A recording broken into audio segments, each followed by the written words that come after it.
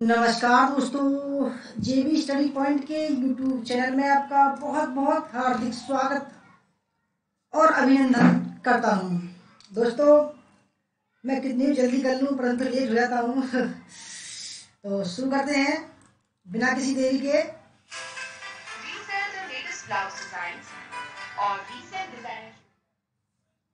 तो दोस्तों,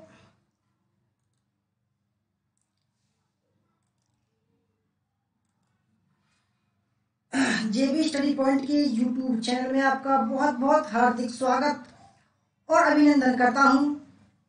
NTA UGC net paper first का ये महामैराथन मॉक टेस्ट संख्या 19 है। अब की बार नेट जेआरएफ टेस्ट लो दोस्तों। 100 में से अगर आपके 60 सही तो जेआरएफ आपका पक्का समझो, ठीक है। तो इसी उम्मीद के साथ में शुरू करते हैं आज का ये मॉक टेस्ट।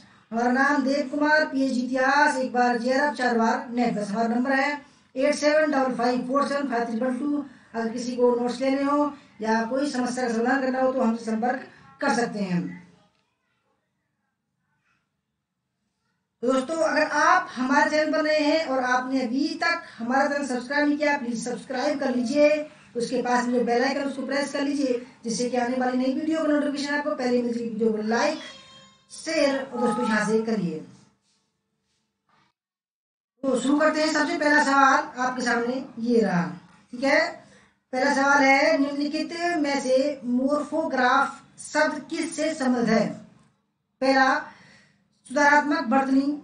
दूसरा, सुधारात्मक पठन। तीसरा, सुधारात्मक अधिगम। चौथा है सुधारात्मक व्यवहार। ठीक है। 10 सेकंड का आपको जो समय है, केवल 10 सेकंड का समय। सबका वेलकम करते हैं। Deepak Kumar ji welcome, Rohit Jaiswal ji welcome, Deepak ji, Meena Kumari ji, Meenakshi Mishra ji welcome, history Gyan ji welcome, Hriday Dwivedi ji welcome, Singh Bhakt ji welcome, Shobha Kumar ji welcome, Deepak Kumar ji welcome और सरोज शर्मा जी वेलकम, रोहित जायसवाल जी, सेनापति जी वेलकम आपका, और Roshni Tanwar ji welcome, sun S ji welcome,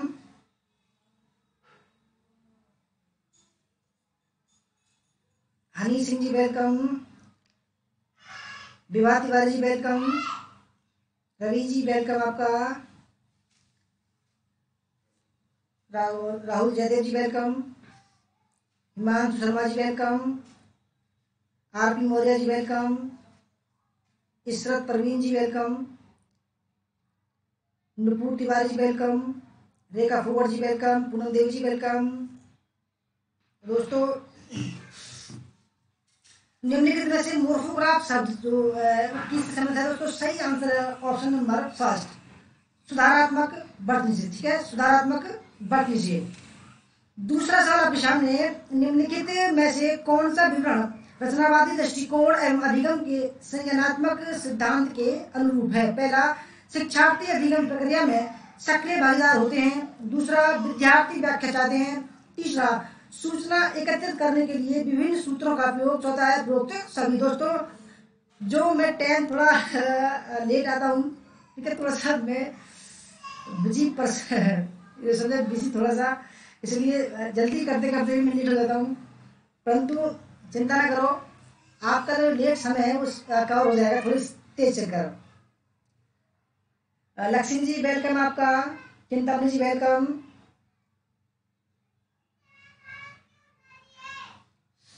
Vishwakarma पूजा की हार्दिक शुभकामनाएं जी। बिल्कुल बिल्कुल सभी को। तो दोस्तों, दूसरे सवाल का सही आंसर है उपरोक्त सभी। ठीक है, उपरोक्त सभी। तीसरा सवाल आपके सामने है, हम वस्तुओं, परिस्थितियों या घटना के बारे में अपने मस्तिष्क में संयोजित ज्ञान का निर्माण करते हैं। अग्रलिखित में से कौन सा शब्द इस स्थिति को प्रतिबिंबित करता है? पहला, स्कीमा, स्मरण शक्ति, संज्ञान या उपरोक्त में से कोई नहीं।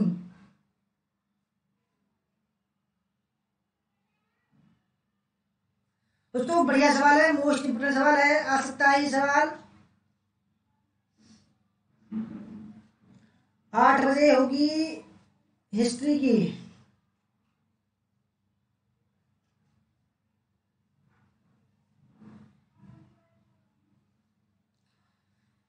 तो दोस्तों तीसरे सवाल का सही आंसर है ऑप्शन नंबर फर्स्ट, स्कीमा। चौथा सवाल आपके सामने है, निम्नलिखित में से कौन सा शब्द नई जानकारी को भीतर ग्रहण करने के लिए सबसे उपयुक्त है? आत्मसात, सहभागिता, संज्ञान, ग्रहण।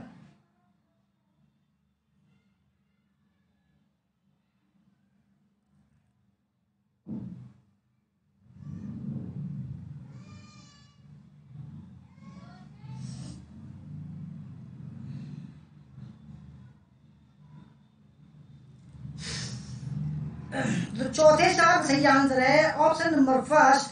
ठीक है, क्या है? आत्मसात।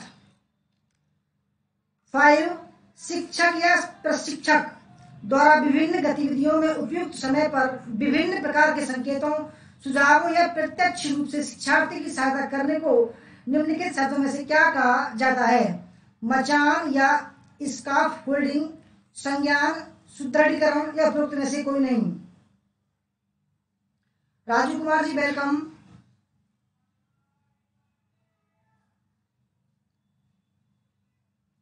श्रेया मिश्रा जी वेलकम।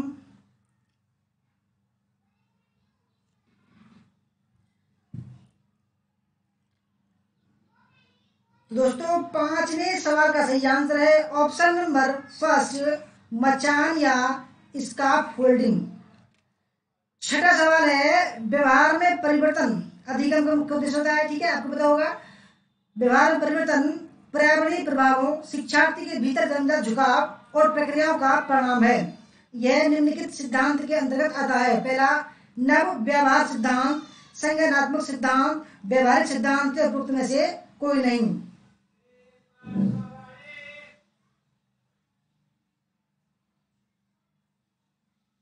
राहुल गोस्वामी जी वेलकम।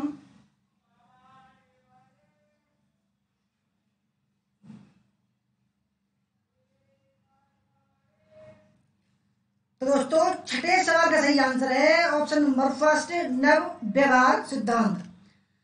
सातवां सवाल है, छात्र या कोई भी व्यक्ति स्थितियों का प्रभावी ढंग से सामना करने की क्षमता को लेकर स्वयं के बारे में विश्वास, सकारात्मक या नकारात्मक, विकसित कर लेता है। पहला, निम्नलिखित में से कौन सा शब्द उपरोक्त कथन को वर्णित करता है? पहला, आत्मसात, प्रभावकारिता, स्व विनियम, अहंकार और आत्मविश्वास।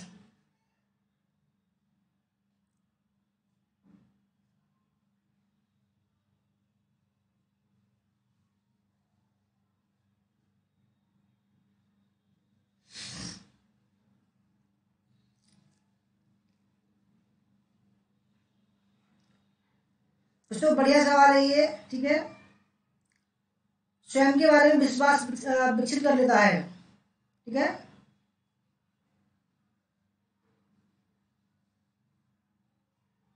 दोस्तों सही आंसर है सातवें का ऑप्शन नंबर फर्स्ट, आत्म प्रभावकारिता, सेल्फ एफिशिएंसी।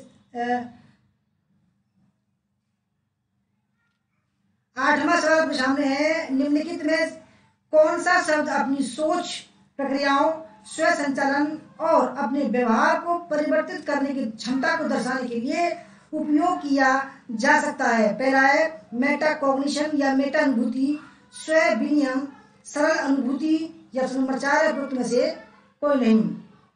स्व विनियम माने दोस्तों सेल्फ रेगुलेशन।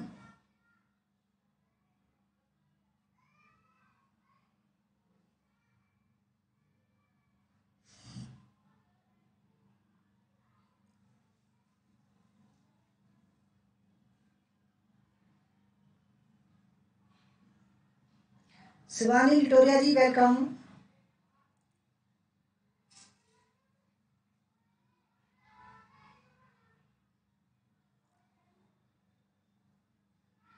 दोस्तों आठवें सवाल का सही आंसर है ऑप्शन नंबर फर्स्ट, मेटाकॉग्निशन या मेटा अनुभूति। नौवां सवाल आपके सामने है, शिक्षक प्राय छात्र की सीखने की समस्याओं का विश्लेषण करते हुए पाते हैं कि उनमें पहला, प्रेरणा का अभाव है, बुद्धि की कमी है, माता पिता का ढीला ढाला रवैया है या उपरोक्त में से कोई नहीं। शिक्षक प्राय छात्र की सीखने की समस्याओं का विश्लेषण करते हुए पाते हैं कि बैंक सैरावत जी वेलकम। सुंदर कुमारी जी वेलकम।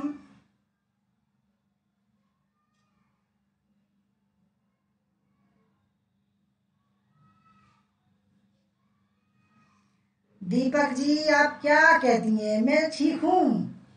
आप डेली एक शब्द को बोलती हैं मैं खुश हूँ, ऐसी कोई बात नहीं है। जैन सरकार जी वेलकम।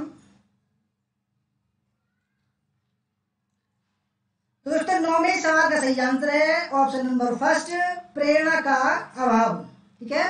10वां सवाल आपके सामने है, निम्नलिखित में से कौन से शब्द का प्रयोग सार्थक तथ्यों, नियमों, परिभाषाओं, अवधारणाओं, सिद्धांतों इत्यादि को वर्णित करने के लिए किया जा सकता है? पहला अर्थ संबंधी स्मृति, दूसरा उपाख्यानात्मक स्मृति, तीसरा प्रक्रियात्मक स्मृति, चौथा है उपरोक्त में से कोई नहीं।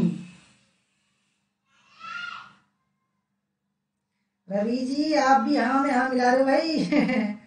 ऐसी बात नहीं है, मैं खुश हूँ। तिलक जी वेलकम, निवासेकर जी वेलकम, साहिल सिंह जी वेलकम। दोस्तों मुझे कोई दिक्कत नहीं है, ठीक हूँ, मैं खुश हूँ। ठीक है, कोई भी लड़ाई नहीं है। अच्छा दीपक जी गलत नहीं बोलते।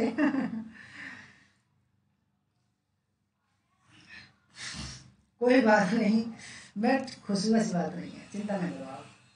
दोस्तों 10वें सवाल का सही आंसर है ऑप्शन नंबर फर्स्ट, अर्थ संबंधी स्मृति। ठीक है, पहला है अर्थ संबंधी स्मृति। 11वां सवाल आपके सामने, निम्नलिखित में से कौन से शब्द का प्रयोग हम स्वयं की स्मृति प्रक्रियाओं के बारे में जागरूकता और सूचना के भंडारण और उसकी पूर्ण प्राप्ति को बढ़ाने के ढंग के संदर्भ में कर सकते हैं? पहला अर्थ संबंधी स्मृति, दूसरा उपाख्यानात्मक स्मृति, प्रक्रियात्मक स्मृति या मेटा स्मृति।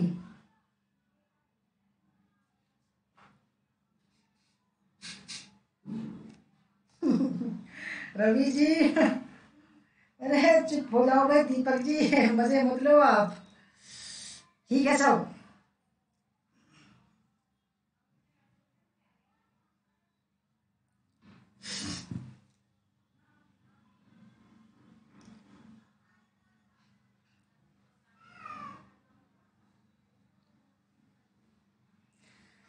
तो दोस्तों 11वें सवाल का सही आंसर है ऑप्शन नंबर डी, मेटा स्मृति। ठीक है। 12वां सवाल आपके सामने है, निम्नलिखित में से कौन सा कारक श्रवण प्रक्रिया को प्रतिकूल ढंग से प्रभावित कर सकता है? पहला अपेक्षित से अधिक श्रवण सामग्री के अतिरिक्त, दूसरा बोलने की बहुत ही उच्च गति, तीसरा श्रुत विषय वस्तु की क्षति और चौथा है उपरोक्त सभी।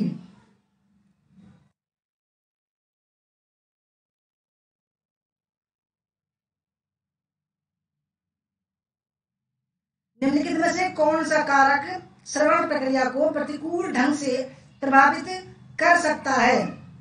तो दोस्तों सही है option number D. Option number D. 13वां सवाल आपके सामने, श्रवण को संचार का सबसे महत्वपूर्ण पहलू माना जा सकता है, इसमें कैसे सुधार लाया जा सकता है? पहला श्रवण को मौद्रिक पुरस्कार से संबंधित करना, दूसरा शिक्षण सामग्री को रुचिकर और आवश्यकता से अधिक संबंधित करके, तीसरा स्वर को और अधिक प्रभावशाली बनाना, चौथा है उपरोक्त सभी।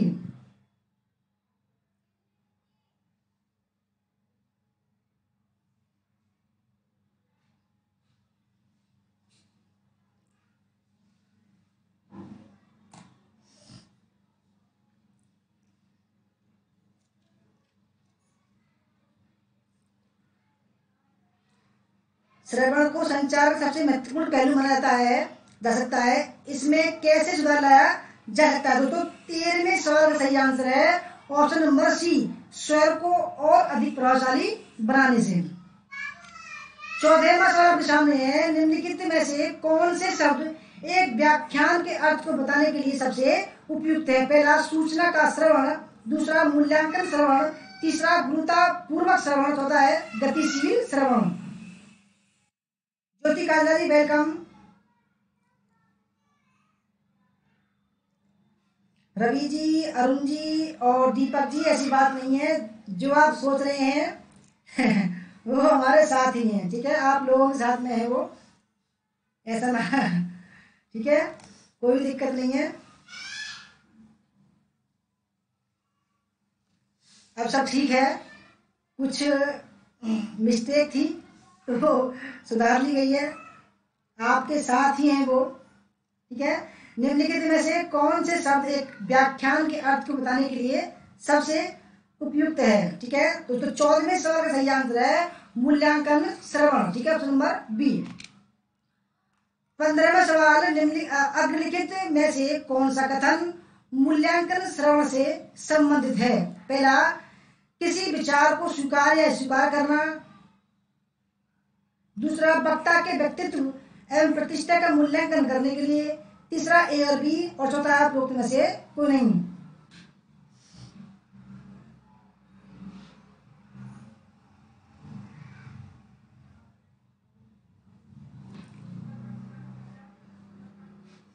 अग्रलिखित में से कौन सा कथन मूल्यांकन श्रवण से संबंधित है? तो दोस्तों सही आंसर है ऑप्शन नंबर फर्स्ट, किसी विचार को स्वीकार या अस्वीकार करना। 16वां सवाल सामने है, फ्रांसिस गेलन के अनुसार अनुवांशिकता का सारा श्रेय तत्काल माता पिता को नहीं बल्कि दूर के पूर्वजों को जाता है। निम्नलिखित में से किसको अनुवांशिकता का केवल 50% से ज्यादा है? पहला, माता पिता, दादा दादी, नाना नानी, परदादा परदादी, परनाना परनानी। उपरोक्त में से कोई नहीं। दोस्तों निम्नलिखित में से किसको अनुवांशिकता, ठीक है, का केवल 50% श्रेय जाता है?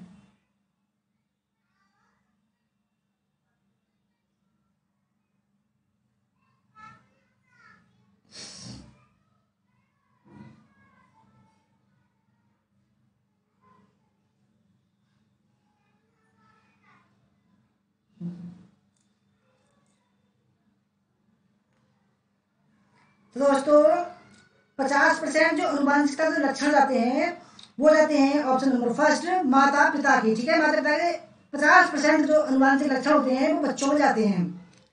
17वां सवाल आपके सामने है, शिक्षण प्रक्रिया के निम्नलिखित सोपानों को क्रम में व्यवस्थित कीजिए। ठीक है दोस्तों, इम्पोर्टेंट सवाल है ये। ठीक है, थोड़ा नोट डाउन करें इस बात को।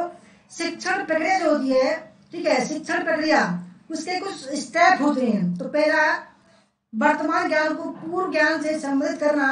मूल्यांकन, पूर्ण शिक्षण, शिक्षण उद्देश्यों का निरूपण। और चौथा है शिक्षण सामग्री की प्रस्तुति।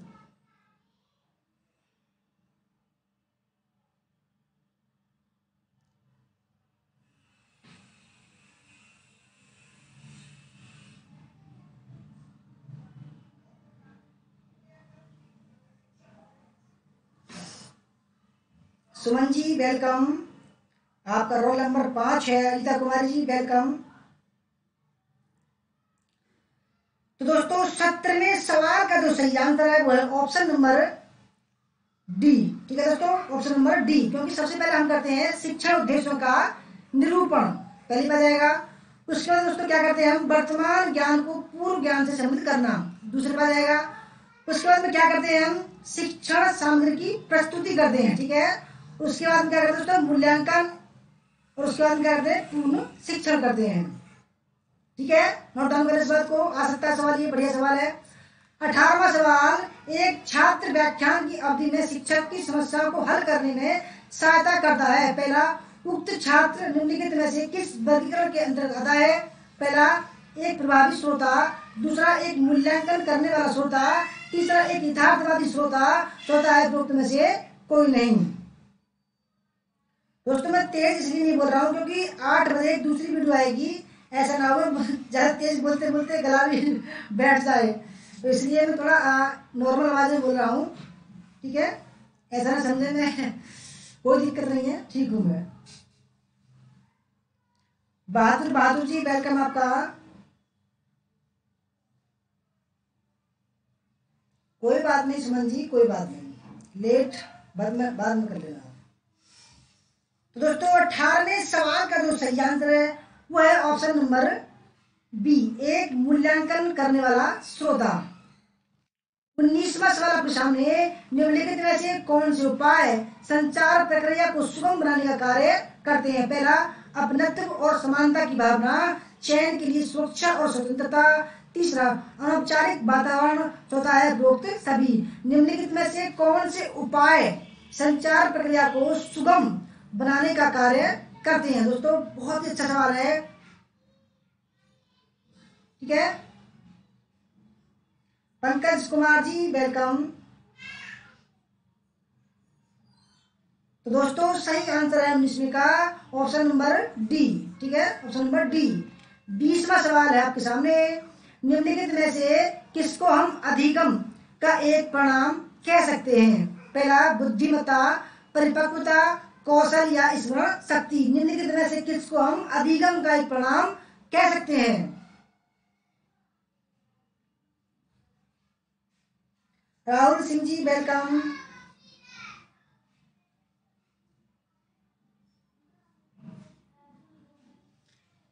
तो दोस्तों हम अधिगम का जो परिणाम कह सकते हैं वो कह सकते हैं दोस्तों कौशल को। ठीक है, अधिगम से दोस्तों कौशल आता है। 21वां सवाल आपके सामने। निम्नलिखित में से कौन से शब्द मानसिक विकास को सबसे उपयुक्त रूप से वर्णित करते हैं? पहला मानसिक विकास का स्वरूप शारीरिक विकास के समांतर चलता है। दूसरा यह एक अनिश्चित पैटर्न है। तीसरा यह एक अनियमित पैटर्न नहीं है। चौथा है मध्य किशोर तक वृद्धि एवं तत्पश्चात समतल होना।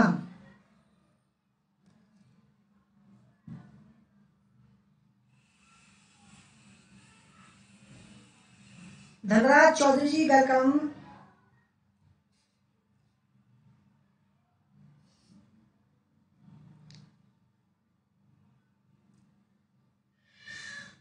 दोस्तों 21वें सवाल का सही आंसर है ऑप्शन नंबर डी। ठीक है, मध्य किशोर तक वृद्धि एवं तत्पश्चात समतल होना। 22वां सवाल आपके सामने है। निम्नलिखित में से कौन सी एक अनुसंधान की विशेषता नहीं है? ठीक है, पहला अनुसंधान व्यवस्थित है। दूसरा अनुसंधान एक प्रक्रिया नहीं है। तीसरा अनुसंधान समस्या उन्मुख है। और चौथा अनुसंधान निष्क्रिय नहीं है। दोस्तों आपको पता होना चाहिए कि जो अनुसंधान रिसर्च होता है, research is a systemic process होता है। ठीक है, और एक सतत चलने वाली प्रक्रिया है।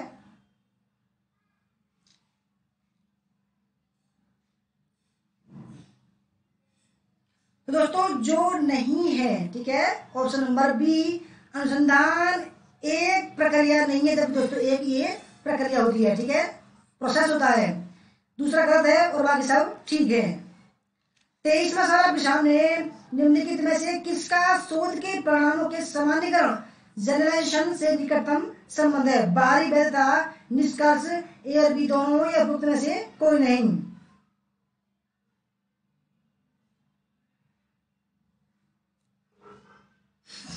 निम्नलिखित में से किसका शोध के परिणामों के सामान्यीकरण से निकटतम संबंध है? दोस्तों सही आंसर है ऑप्शन नंबर सी। ठीक है, बाहरी वैधता और निष्कर्ष दोनों। 24वां सवाल आपके सामने। एक शोध विधि या उपकरण जो शोधकर्ता को हर बार अलग परिणाम दे रही है, ऐसी स्थिति को दर्शाने के लिए निम्नलिखित में से कौन सा विकल्प उपयुक्त है? पहला निम्न वैधता, उच्च वैधता, कम विश्वसनीयता या उच्च विश्वसनीयता। ठीक है, एक शोध विधि या उपकरण जो शोधकर्ता को हर बार अलग परिणाम दे रही है, ऐसी स्थिति को दर्शाने के लिए निम्नलिखित में से कौन सा विकल्प उपयुक्त है? कुलदीप माली जी वेलकम आपका।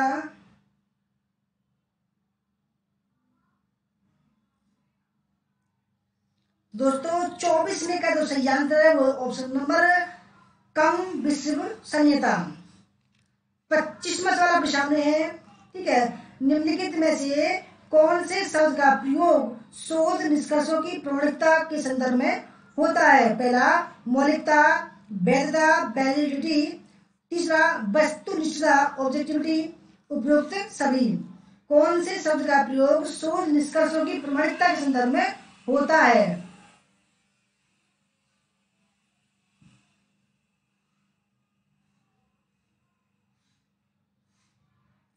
अभय सिंह जी वेलकम।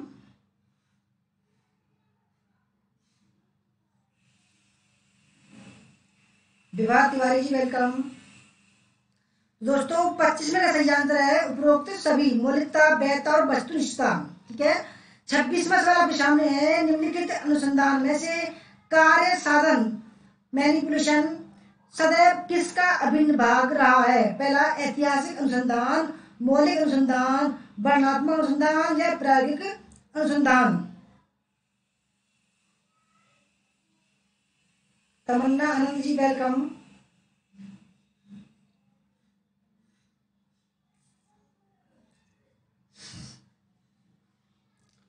तो दोस्तों 26 मई का जो सही आंसर है वो है ऑप्शन नंबर डी। ठीक है, प्रायोगिक अनुसंधान जो होता है दोस्तों वो कार्य साधन मैनिपुलेशन सदैव इसका भाग रहा है। 27वां सवाल आपके सामने है, निम्नलिखित में से किस शब्द का हम किसी व्यवहार को नियंत्रित करने के शिष्ट अनुमान को प्रकट करने हेतु उपयोग करते हैं? पहला प्रयोगात्मक नियंत्रण, उपकल्पना, प्रयोगात्मक चर या सिद्धांत।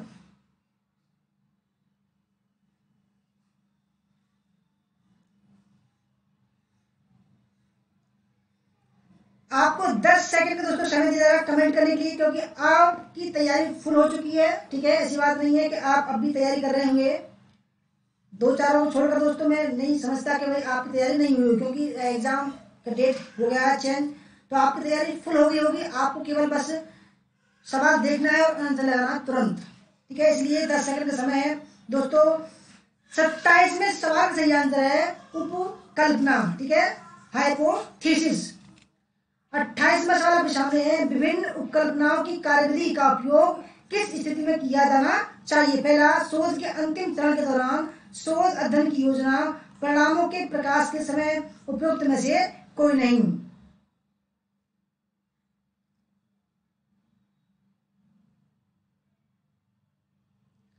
विभिन्न उपकल्पनाओं की कार्यविधि का उपयोग किस स्थिति में किया जाना चाहिए? दोस्तों सही आंसर है ऑप्शन नंबर बी, शोध अध्ययन की योजना बनाते हैं जब। 29वां सवाल आपके सामने, निम्नलिखित में से किसके आधार पर मान्यताओं को निरूपित किया जाता है? पहला देश की सांस्कृतिक पृष्ठभूमि, दूसरा विश्वविद्यालयों, तीसरा जातियों के विशिष्ट विशेषताओं के आधार पर, चौथा है उपरोक्त सभी।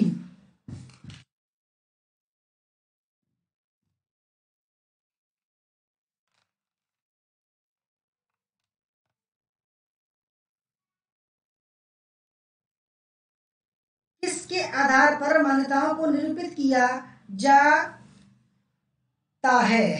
ठीक है, 29 में सही आंसर दोस्तों ऑप्शन नंबर डी, उपरोक्त सभी। 30वां सवाल आपके सामने, निम्नलिखित में से किस प्रकार के शब्दों में उपकल्पनाओं को वर्णित नहीं किया जा सकता? घोषणात्मक, रिक्त उपकल्पना और प्रश्न प्रपत्र, तीसरा सामान्य, चौथा है दिशात्मक। दोस्तों 29 मिनट में हमने 30 सवाल करवा दिए हैं। ठीक है, कोई दिक्कत नहीं होनी चाहिए आपको, क्योंकि 1 मिनट में एक सवाल है तो 100 मिनट में 100 सवाल हो जाएंगे आपके।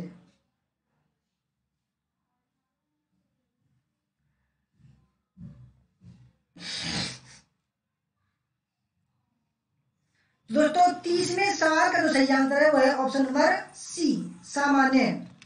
31वां सवाल आपके सामने, निम्नलिखित में से किस प्रकार के अनुसंधान में शोध उपकल्पना को सम्मिलित करने की कम से कम संभावना होती है? पहला अंतःक्षेप अनुसंधान, दूसरा संस्थात्मक अनुसंधान, वर्णनात्मक अनुसंधान, उपयुक्त में से कोई नहीं।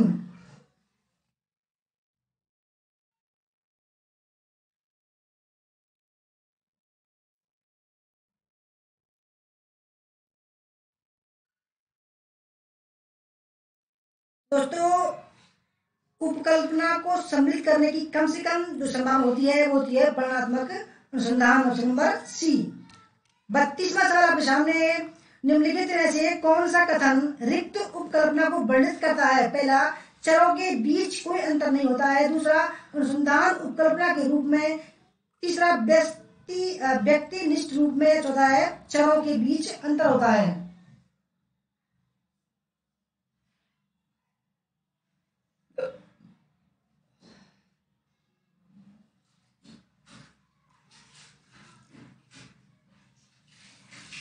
विशु यादव जी वेलकम।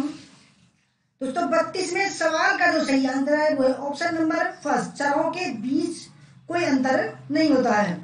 33वां सवाल आपके सामने, अनुसंधान परिकल्पना का तात्पर्य है? पहला वर्तमान शोध की समीक्षा करना, दूसरा चरों के बीच में संभावित संबंधों का विवरण देना, तीसरा जब यह कहा जाए कि उनको पुष्ट करना या नकारना, चौथा है दोनों, बी और सी। अनुसंधान परिकल्पना यानी कि अनुसंधान की जो हाइपोथेसिस होती है दोस्तों, उसका तात्पर्य क्या होता है?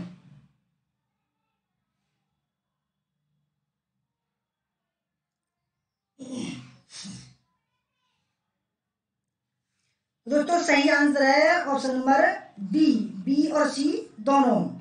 34वां सवाल आपके सामने, निम्नलिखित में से कौन सा कथन शोध प्रश्न के लिए विकास की प्रक्रिया का सबसे अच्छा वर्णन है? पहला, यह यानी कि एक व्यापक प्रश्न को और अधिक स्पष्ट बना दिया जाता है, जैसे शब्दों को और अधिक स्पष्ट रूप में परिभाषित किया जाता है। दूसरा, यह व्यापक सवाल और अधिक स्पष्ट बना दिया जाता है ताकि यह वह और अधिक महत्वपूर्ण हो सके। तीसरा है, एक व्यापक प्रश्न को और भी अधिक व्यापक बनाया जाता है। चौथा है, एक विशिष्ट प्रश्न को और भी अधिक महत्वपूर्ण बनाया जाता है।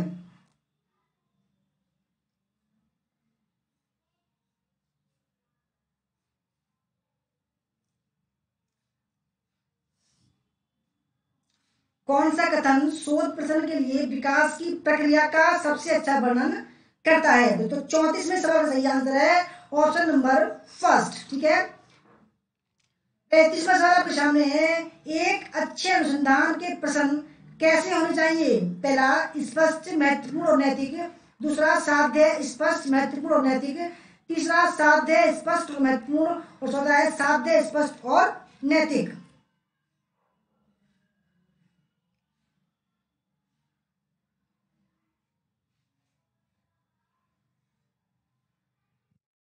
एक अच्छे अनुसंधान के प्रश्न कैसे होने चाहिए? दोस्तों 35वें सवाल का सही आंसर है साध्य स्पष्ट महत्वपूर्ण और नैतिक होने चाहिए।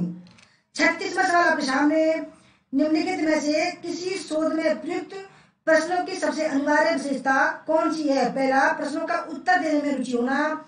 दूसरा, प्रदत्तों के संग्रह। दोस्तों प्रदत्त मतलब होता है डाटा, डाटा के संग्रह की संभावना जो कि प्रश्नों का उत्तर देने के प्रयास में एकत्र किया जाता है। तीसरा, व्यवसायीकरण की संभावना। चौथा है समाज में एक महत्वपूर्ण सकारात्मक परिवर्तन होना।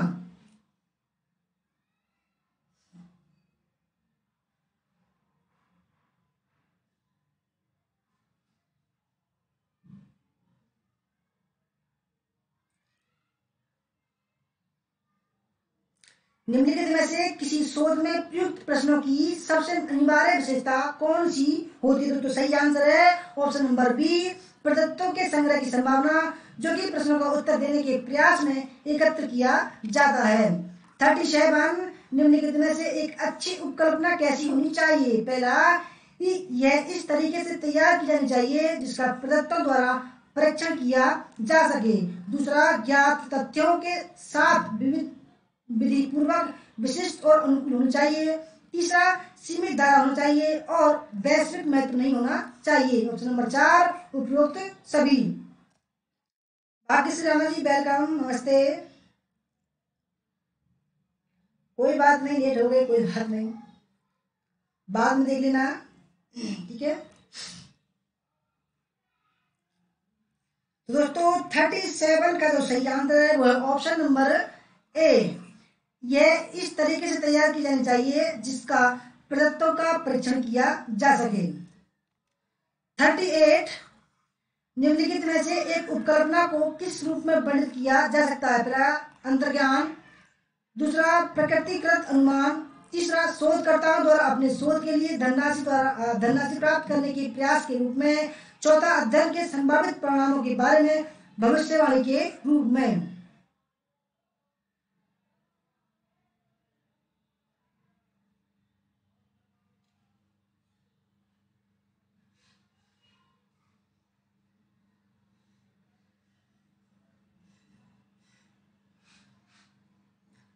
राहुल जयदेव जी आपका वेलकम, शायद हम भूल गए थे आपका वेलकम करना, सॉरी। तो दोस्तों 38 का जो सही आंसर है वो ऑप्शन नंबर डी, अध्ययन के संभावित परिणामों के बारे में भविष्यवाणी के रूप में। 39, निम्नलिखित में से किस में उपकल्पना के निरूपण फॉर्मुलेशन की आवश्यकता नहीं होती है? पहला, सर्वेक्षण विधि, ऐतिहासिक अध्ययन, प्रयोगात्मक अध्ययन या मानक अध्ययन।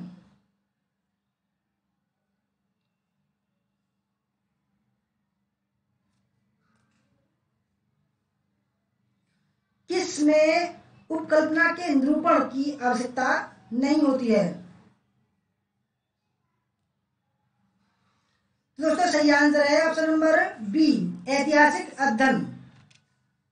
40वां सवाल, एक शिक्षक प्रभावी संदेशवाहक बन सकता है यदि वह शिक्षण सहायक सामग्री का उपयोग करता है, दूसरा वह छात्रों को अर्थ समझाने में सहायता करता है, तीसरा वह शिक्षण के बीच में सवाल पूछता है, और चौथा वह छात्रों को विषय पर सवालों के सही जवाब पाने में सहायता करता है। एक शिक्षक प्रभावी संदेशवाहक बन सकता है यदि,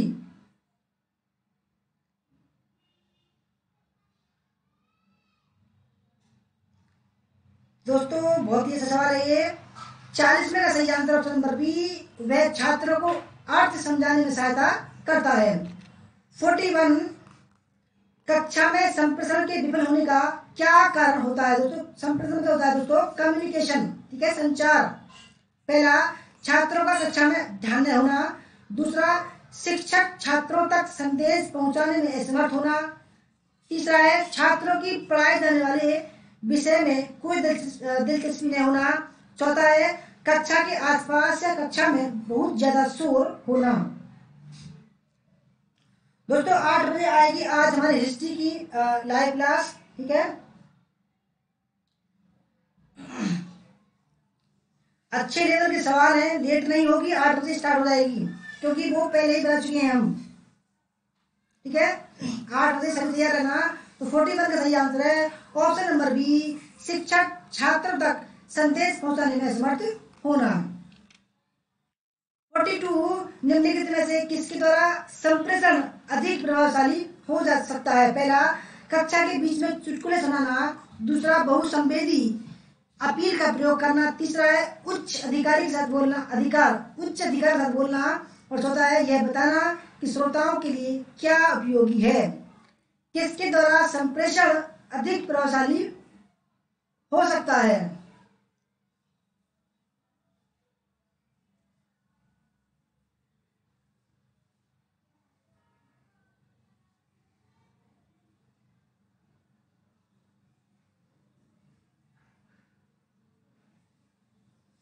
दोस्तों 42 का सही आंसर है ऑप्शन नंबर बी, बहुसंवेदी मल्टी सेंसरी अपील का प्रयोग करना। 43 है, छात्रों के चेहरे की अभिव्यक्ति फेशियल एक्सप्रेशन संप्रेषण प्रक्रिया के किस तत्व से संबंधित होती है?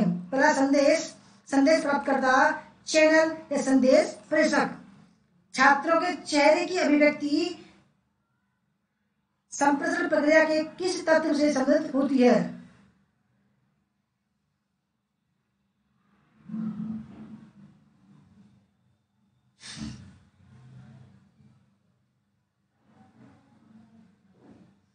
तो दोस्तों सही आंसर 43 का ऑप्शन नंबर फर्स्ट, संदेश, ठीक है। 44, निम्नलिखित में से कौन सा विवरण कक्षा में प्रभावी संप्रेषण पर बाधा नहीं डालता है? पहला, एक विस्तृत विवरण, एक अस्पष्ट विवरण, एक विधि पूर्वक विवरण, चौथा है एक विवरण जो कि श्रोताओं को अपने निष्कर्ष निकालने में सहायक होता है।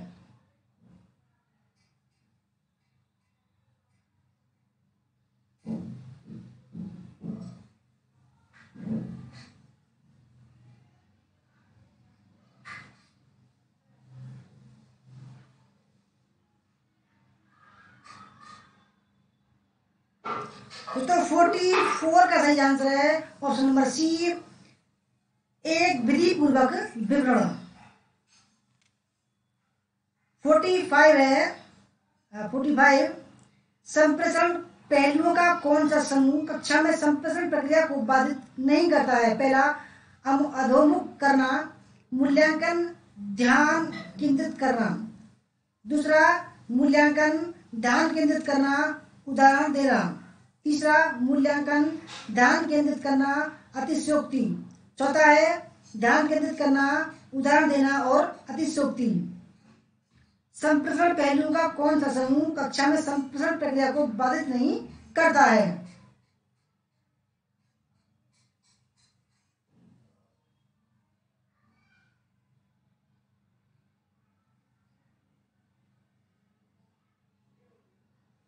दोस्तों 45 का जो सही आंसर है वो ऑप्शन नंबर डी, ध्यान केंद्रित करना, उदाहरण देना और अतिशयोक्ति। ये जो है दोस्तों संप्रेषण प्रक्रिया को बाधित नहीं करता है। 46 है, मेहरबिया के अनुसार संप्रेषण में शब्द, स्वर का लहजा और शारीरिक भाषा का क्रम से कितना कितना योगदान रहता है। दोस्तों बढ़िया सवाल है, ठीक है। पहला 38, 7, 55, दूसरा 7, 38, 55%, तीसरा 55%, 38 और 7%, उपरोक्त में से कोई नहीं। संप्रेषण दोस्तों शब्द, स्वर का लहजा और शारीरिक भाषा का क्रम से कितना कितना योगदान होता है। मनु भाटी जी वेलकम।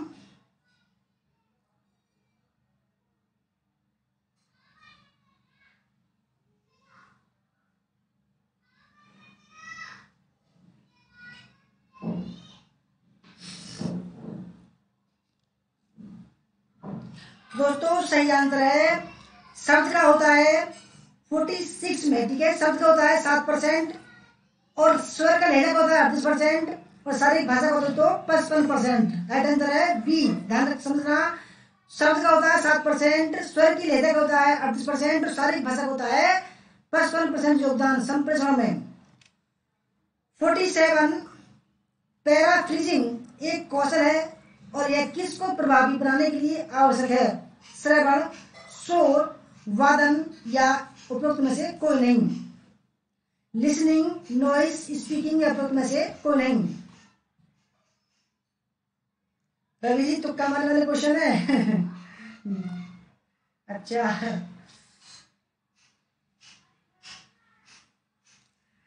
अगली बार को नेगेटिव मार्किंग आ रही है रवि जी, ठीक है।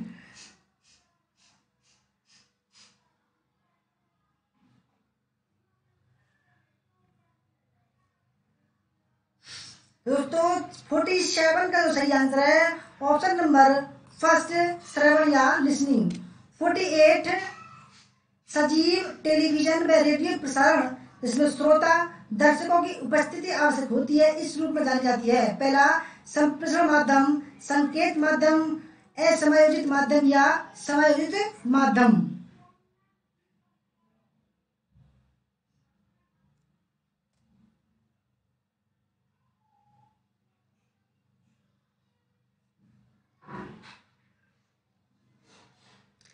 सजीव टेलीविजन व रेडियो प्रसारण जिसमें श्रोता या दर्शकों की उपस्थिति आवश्यक होती है इस रूप में जानी जाती है। तो 48 का सही आंसर है संकेत माध्यम, ठीक है, संकेत माध्यम। 49, निम्नलिखित में से कौन सा कथन रिसाव संकेत शब्द लीकेज कॉज से संबंधित है। पहला है चेहरे का भाव जिसको पढ़ने में लोग अक्सर चूक जाते हैं। दूसरा चेहरे के भाव की विशेष शैलियों में से एक। तीसरा यह एक अनापेक्षित संकेत है कि कोई व्यक्ति कैसा अनुभव करता है। चौथा उपरोक्त में से कोई नहीं।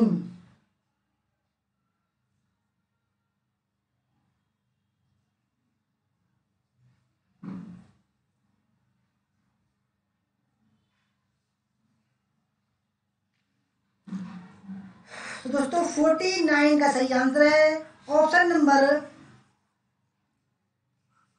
सी ए। यह एक अनापेक्षित संकेत है, न कोई व्यक्ति कैसा अनुभव करता है। 50वां सवाल दोस्तों, 40 मिनट में हमने 50 सवाल करवा दिए। व्यक्ति में एक बहुत ही उन्नत भावना होती है कि सामाजिक दृष्टि से क्या उचित है और सदैव यह जानता है कि प्रत्येक सामाजिक संदर्भ में क्या कहना है। व्यक्ति में किस तरह की भाषा संबंधित क्षमता होनी चाहिए। पहला व्याख्यात्मक, संज्ञानात्मक, वाक्यात्मक या व्यवहारिक।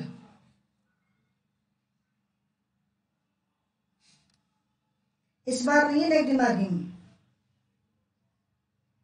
अगली बार को होगी। ऋचा सिंह जी वेलकम, आपका मोस्ट वेलकम।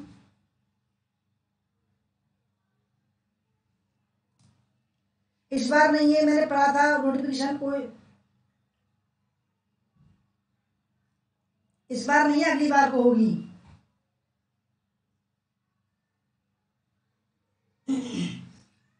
दोस्तों 50वें सवाल का सही आंसर है ऑप्शन नंबर डी, व्यवहारिक, ठीक है, व्यवहारिक, बढ़िया, अच्छा आंसर दे रहे हैं आप सभी। 51, संप्रेषण प्रक्रिया में संदेश प्रेषक का बहुत अच्छा व्याकरण होता है। यह सक्षमता मूल रूप से किस पर आधारित होती है? व्याख्यात्मक, अर्थ संबंधी, वाक्यात्मक या व्यवहारिक?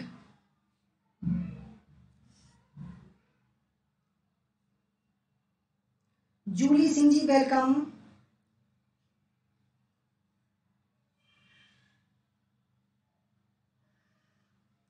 दोस्तों सही आंसर है ऑप्शन नंबर सी, वाक्यात्मक, ठीक है, वाक्यात्मक। 52, ऐसा स्थान जहां इंटरनेट उपयोगकर्ता इंटरनेट के लिए वायरलेस अधिगम प्राप्त कर सकते हैं। पहला एक्स्ट्रानेट, इंट्रानेट, वेब सम्मेलन या वाईफाई हॉटस्पॉट, ठीक है। ऐसा स्थान जहां इंटरनेट उपयोगकर्ता इंटरनेट के लिए वायरलेस अधिगम प्राप्त कर सकते हैं।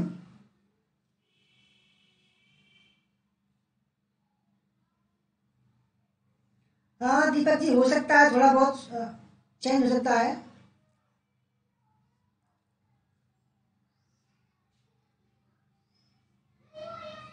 क्योंकि एनटीए जो भी एग्जाम करा रहा है सभी में नेगेटिव मार्किंग है, केवल यूजीसी नेट को छोड़कर, ठीक है। दोस्तों 52 का जो सही आंसर है वो है ऑप्शन नंबर डी, ठीक है, वाईफाई या हॉटस्पॉट। दोस्तों क्या होता है इसमें, क्या आप फोन में जो है खुलवा लेते हैं वाईफाई या हॉटस्पॉट, उससे क्या करते हैं दोस्तों, वायरलेस इंटरनेट आप यूज कर सकते हैं और वहां पर हम अधिगम कर सकते हैं, ठीक है। 53, निम्नलिखित में से कौन सी वर्चुअल रियलिटी वेबसाइट है? पहला है फायर फर्स्ट लाइफ, दूसरा सेकंड लाइफ, तीसरा ज्ञान लाइफ या ऑप्शन नंबर 4 उपरोक्त में से कोई नहीं, नॉन ऑफ द अबोव। निम्नलिखित में से कौन सी वर्चुअल रियलिटी वेबसाइट है? रवि जी कह रहे हैं गवर्नमेंट कुछ भी कर सकती है। देखो गवर्नमेंट की तो हम कह नहीं सकते भाई।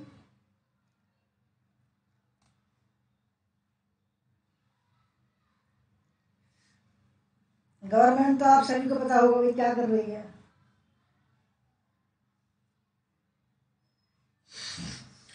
दोस्तों 53 का जो सही आंसर है वो option number B, second life, ठीक है। दोस्तों अच्छा सवाल ही आ सकता है सवाल।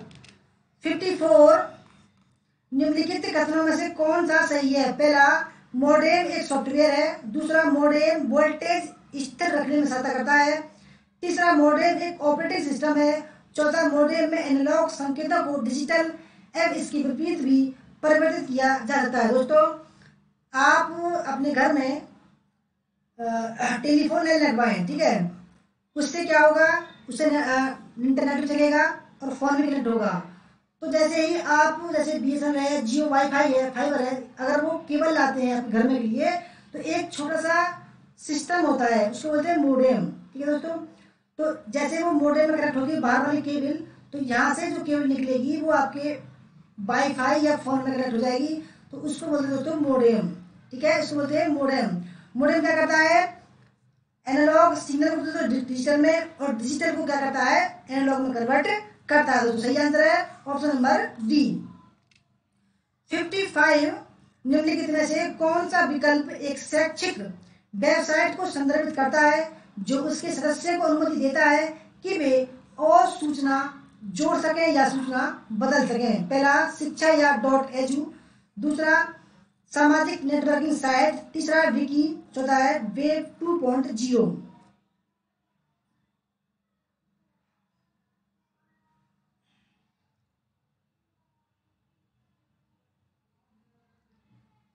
अच्छा स्पीड में कराएं।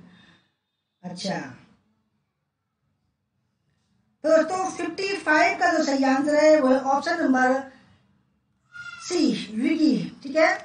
56 है, आप एक प्रसारण व्यवस्था बनाना चाहते हैं जिसको इंटरनेट से डाउनलोड भी किया जा सके, तो निम्नलिखित में से आप किसकी रचना करना चाहते हैं? ई ब्रॉडकास्ट, एसओ, पॉडकास्ट या ई कॉस्ट, ठीक है। नीलू सैनी जी वेलकम।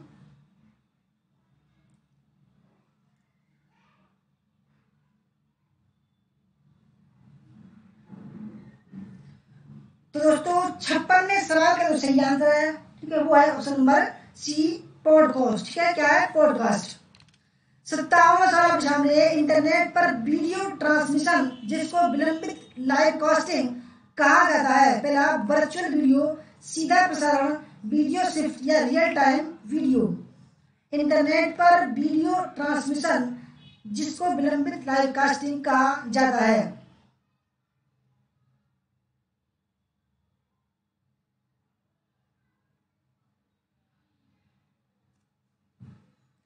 तो दोस्तों 57 का सही आंसर है ऑप्शन नंबर डी, ठीक है, रियल टाइम वीडियो। 58वां सवाल आपके सामने, यह एक बहुत ही उच्च गति की आंकड़ा संचरण लाइन है जो विश्व भर में अपेक्षाकृत छोटे लेकिन उच्च गति के इंटरनेट सेवा प्रदाताओं, वाणिज्यिक सहित शैक्षिक, सेना, सरकारी प्रतिष्ठानों को नेटवर्किंग सुविधाएं प्रदान करता है। इसको क्या कहा जाता है? पाथवे, बैकबोन, कम्युनिकेशन सिस्टम या रूटर।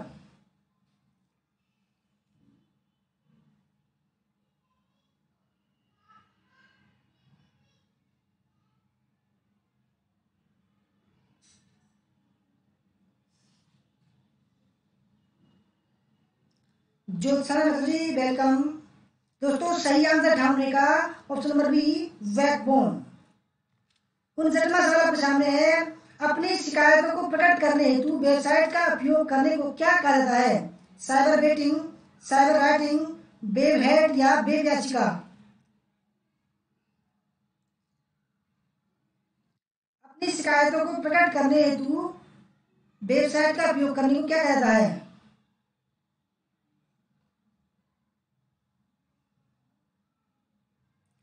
तो सही आंसर है साइबर बेटिंग।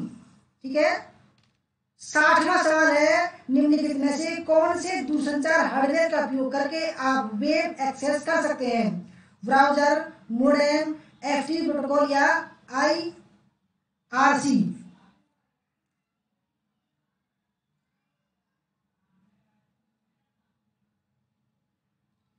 आईआरसी।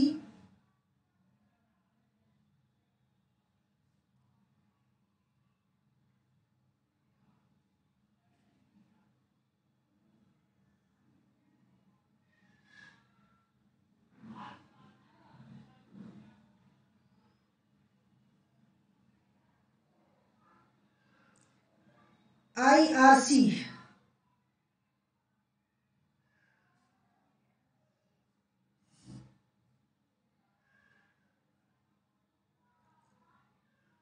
दोस्तों browser, modem, FTP file transfer protocol या आईआरसी यानी कि इंटरनेशनल रेस्क्यू कमेटी। ठीक है दोस्तों, 60वें सवाल का सही आंसर है ऑप्शन नंबर बी। ठीक है दोस्तों, इसको बोलते हैं मोडेम। 61, निम्नलिखित में से कौन सा डोमेन मूलत गैर लाभदायक संगठनों के लिए था? पहला, .gov, .org, .net या .in। कौन सा डोमेन मूलत गैर लाभदायक संगठनों के लिए था?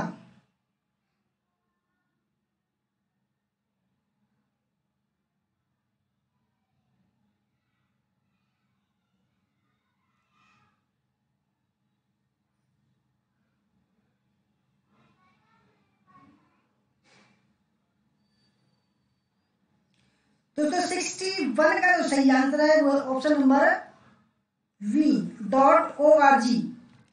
62, निम्नलिखित में से कौन सा इंटरनेट कनेक्शन स्थापित करने का विकल्प है? पहला, डायल अप कनेक्शन, दूसरा डिजिटल सब्सक्राइबर लाइन, तीसरा ब्रॉडबैंड, चौथा उपयुक्त सभी।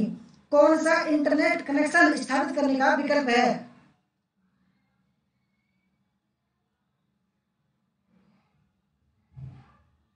साइमा रफीक जी वेलकम। मुन्ना प्रजापति जी वेलकम।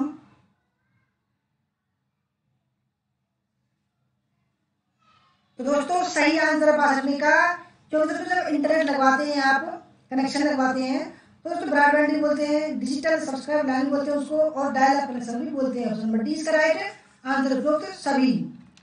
63, निम्नलिखित में से कौन सा इंटरनेट पर सूचना सुरक्षा से संबंधित नहीं है? ठीक है, पहला data encryption, water marking, data hiding, सूचना पूर्ण प्राप्ति।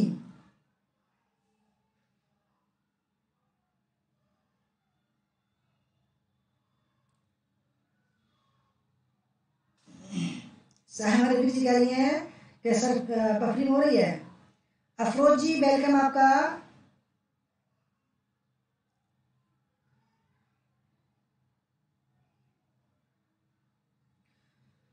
तो दोस्तों 63 का सही आंसर है सूचना पुनर्प्राप्ति। ठीक है।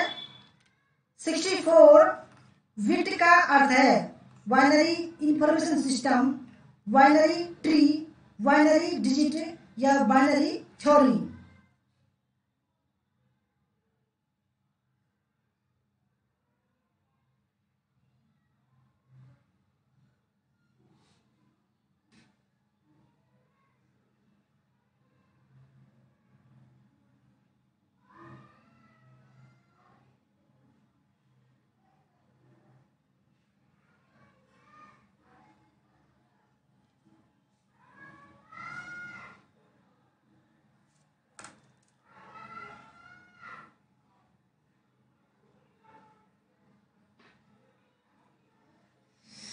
दोस्तों 64 का जो सही आंसर है, बिट का जो फुल फॉर्म है, ठीक है, जो अर्थ होता है उसका binary digit.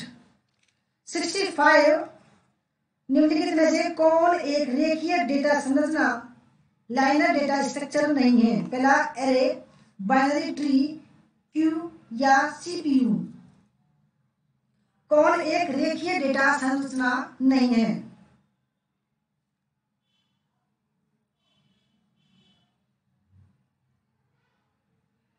Kapil Kishan ji welcome आपका। पंकज जी वेलकम।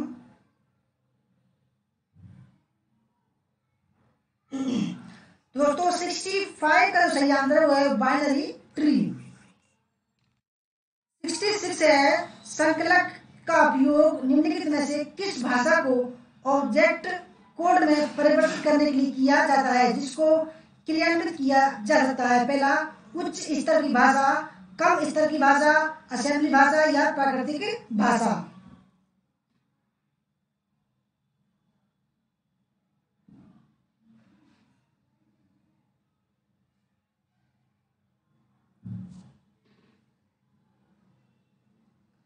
दोस्तों 66 का सही आंसर है ऑप्शन नंबर फर्स्ट, उच्च स्तरीय भाषा। 67 निम्नलिखित में से कौन सा नेटवर्क डिवाइस नहीं है? पहला रूटर, स्विच, हब या सीपीयू। कौन सा नेटवर्क डिवाइस नहीं है?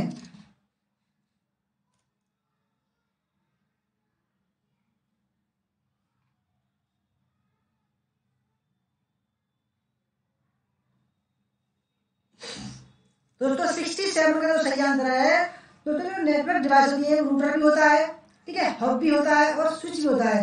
जो क्या नहीं होता है? सीपीयू नहीं होता है दोस्तों, ठीक है, ये नहीं होता है, क्योंकि ये जो है आप देख सकते हैं, जैसे आप ये आपकी कंप्यूटर की एलईडी है, ठीक है, ये सीपीयू हो गया, ये कंप्यूटर नेटवर्क डिवाइस नहीं है दोस्तों, ये आपका पूरा सिस्टम होता है, जो कंप्यूटर सिस्टम या माइंड कुछ भी कह सकते हैं दोस्तों, जिसमें मदरबोर्ड रहता है, ठीक है, वो सीपीयू है, वो नेटवर्क सिस्टम नहीं है। 68 है एचटीटीपी का पूर्ण रूप क्या है? Hyper text transmission protocol, hyper text transfer protocol, hyper terminal transfer protocol या समाचार हाइपर टर्मिनल ट्रांसफर प्रोटोकॉल।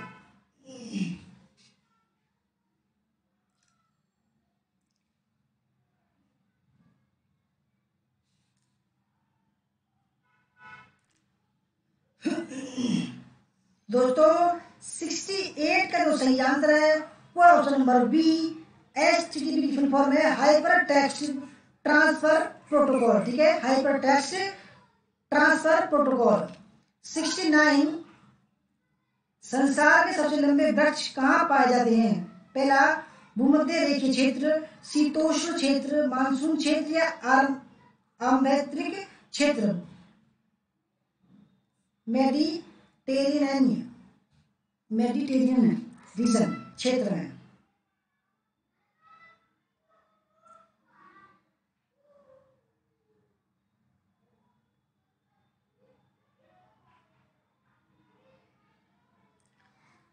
तो दोस्तों संसार के सबसे लंबे जो वृक्ष पाए जाते हैं दोस्तों वो पाए जाते हैं नंबर फर्स्ट भूमध्य क्षेत्र में, बहुत लंबे लंबे रहते हैं। ठीक है, 70वां सवाल है, एक भौगोलिक इकाई जो कि जल को एकत्रित करती है, उसका भंडारण करती है और बाद में जल का उन्मुक्त प्रवाह होने देती है, उसको क्या कहते हैं? पहला बंजर भूमि, जल संभट, आर्द्र भूमि या उपरोक्त में से कोई नहीं।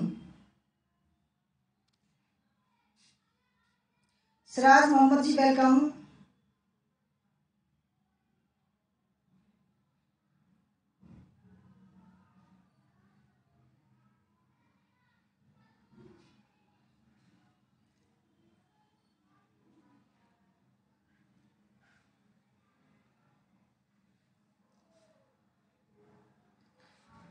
तो दोस्तों 70वें का जो सही आंसर है वो ऑप्शन नंबर बी, जल संकट, वाटर सीड। ठीक है, 71 है, वो मूलतः एक आर्द्र भूमि है जो कि मुख्य रूप से निम्नलिखित स्रोत से जल प्राप्त करती है, आसपास के जल निकायों से, पिघलती हुई बर्फ से, केवल वर्षा से या केवल सागर से।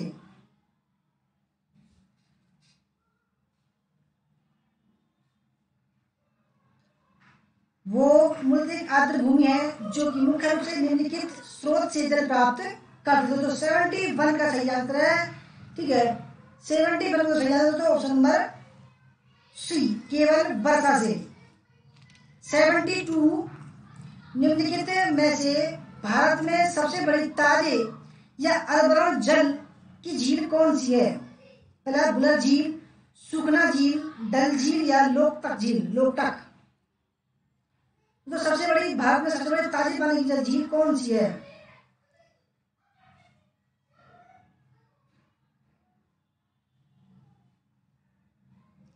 तो सही आंसर है बुलर झील। ये कहाँ है दोस्तों? जम्मू कश्मीर में है। ठीक है, 73, दुनिया में सबसे बड़ा थोरियम का भंडार किस देश में है? पहला भारत में, संयुक्त राज्य अमेरिका में, ऑस्ट्रेलिया में या में से कोई नहीं।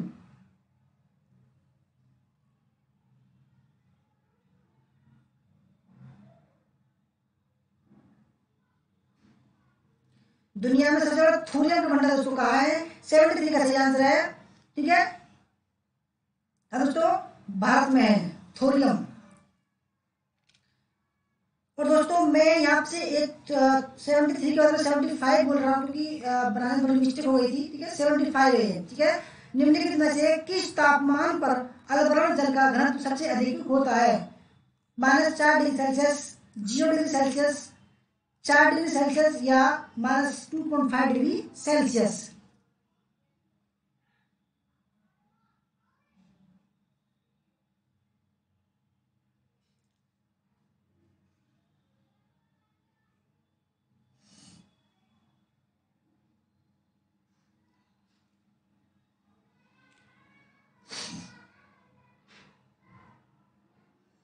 रवि जी पुराना कुछ नहीं होता, सब ये हमारे सिलेबस में है। ठीक है, कुछ भी आ सकता है।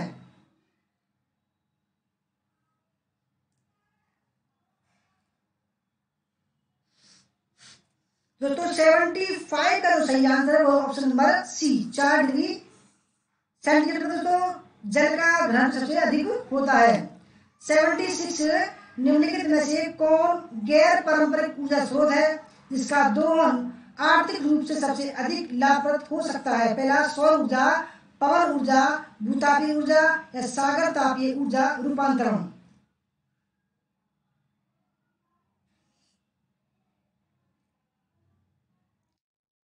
निम्नलिखित में से कौन गैर पारंपरिक ऊर्जा स्रोत है जिसका दोहन आर्थिक रूप से सबसे अधिक लाभप्रद हो सकता है? दोस्तों सही आंसर है सौर ऊर्जा। ठीक है, सौर ऊर्जा। 77, निम्नलिखित में से कौन सा भारत का सबसे बड़ा मृदा या मिट्टी समूह ग्रुप है? पहला लाल मिट्टी, काली मिट्टी, रेतीली मिट्टी या पहाड़ी मिट्टी।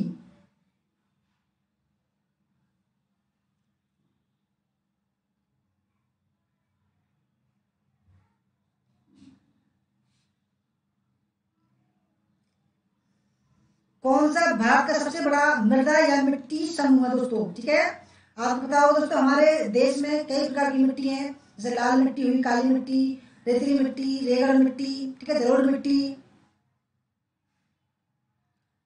तो जो 77 तो सही आंसर है। सबसे बड़ा जो मृदा समूह है, मिट्टी समूह है लाल मिट्टी, ठीक है। 78 निम्नलिखित में से रेगड़ मिट्टी किसको संदर्भित करती है? पहला काली कपासी मिट्टी, लाल मिट्टी, रेतीली मिट्टी या जलोढ़ मिट्टी। रेगड़ मिट्टी किसको संदर्भित करती है? तो रेगड़ मिट्टी में ज्यादातर हम क्या बोलते हैं? कपास बोते हैं, सोयाबीन बोते हैं, मूंगफली बोते हैं, ठीक है।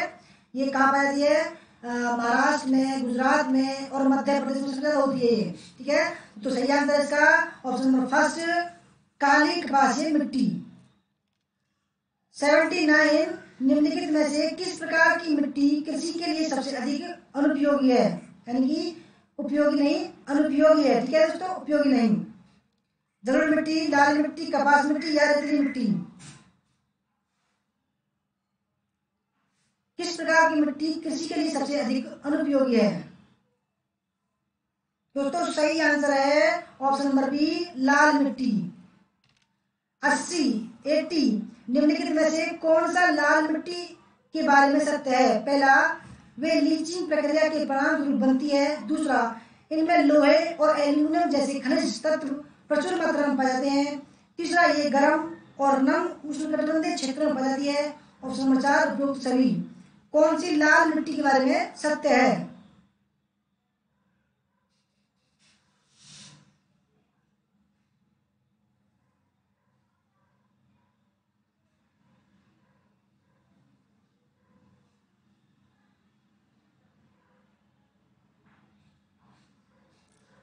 तो दोस्तों 80 का जो सही आंसर है वो है ऑप्शन नंबर डी, उपरोक्त सभी।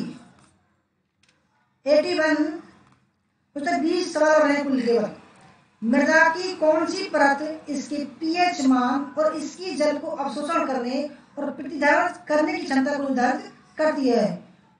ओ क्षितिज, ए क्षितिज, बी क्षितिज या सी क्षितिज, होरिजन। दोस्तों 8 बजे हमारी हिस्ट्री की आएगी, ठीक है, बिल्कुल कंप्लीट है, इस बात नहीं कंप्लीट नहीं है, बिल्कुल कंप्लीट है। 8 बजे नेट 8 बजे शुरू हो जाएगी। दोस्तों 81 का जो सही आंसर है वो है ऑप्शन नंबर डी, सी क्षितिज। 82 निम्नलिखित में से पोरोमीटर किसका परिणाम मापता है? मिट्टी की उर्वरता, मृदा की लवणता, मिट्टी अम्लता या उपयुक्त सभी। पोरोमीटर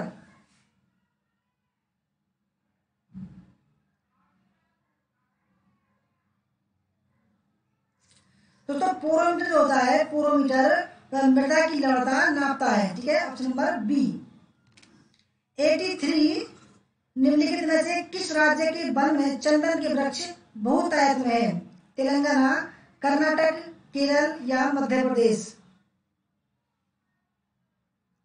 निम्नलिखित में से किस राज्य के वन में चंदन के वृक्ष बहुतायत में पाए जाते हैं?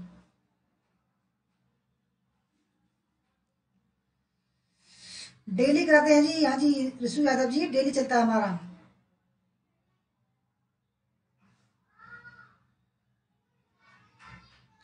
तो दोस्तों 83 का जो सही आंसर वो है कर्नाटक में, ठीक है, कर्नाटक में चंदन के वृक्ष दोस्तों बहुत ज्यादा पाए जाते हैं, ठीक है। 84 महानदी डेल्टा की मिट्टी गोदावरी डेल्टा की मिट्टी की तुलना में कम उपजाऊ है, उसका मुख्य कारण है? पहला, वर्ष दर वर्ष आने वाली बाढ़ों से मिट्टी की ऊपरी परत का कटाव। दूसरा, सागर के जल का भूमि पर सैलाब। तीसरा, परंपरागत कृषि प्रथाएं। चौथा, दूरदराज के क्षेत्रों से बहकर आने वाली मिट्टी, लाल मिट्टी से जलोढ़ मिट्टी की व्युत्पत्ति।